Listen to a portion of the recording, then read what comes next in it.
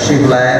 سامعین میں سے ان سب کا شکریہ اور تمام مقالہ نگاروں کا شکریہ, مہمانان خصوصی کا شکریہ اور کیا کہیں کلیدی خطبہ جو پیش کیا مظفر علی شاہ میری صاحب نے, ان کا شکریہ, آپ سب حضرات کا شکریہ.